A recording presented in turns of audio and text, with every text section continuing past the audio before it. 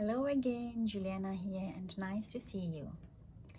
We are still in the middle of rules of video conferencing, but today we will focus on the letter B, like behavior.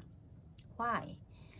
Video conferencing places a high cognitive demand on people because non-verbal cues or any non-verbal signals win over all kinds of quality arguments you have. Establish a human connection and accept your current situation because we can't change this situation, and it's okay. Watch your body language. Watch your body language on how you say what you say. Hum. Sing. Do, re, mi, fa, sol, la, ti, do.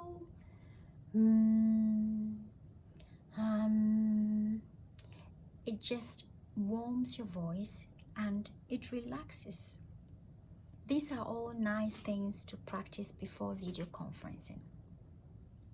And when you start, make an introduction. It's all about personalization and it makes all participants comfortable.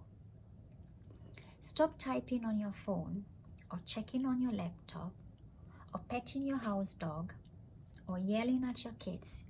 These are all distractions. So try to limit these distractions because they may appear disrespectful.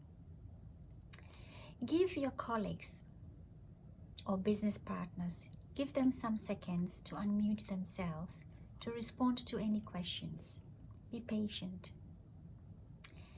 Remember, you are letting colleagues, stakeholders, business partners, a glimpse in your privacy, a glimpse in your homes. After all, it is still a business social interaction. I hope to see you again. Stay tuned. Stay safe.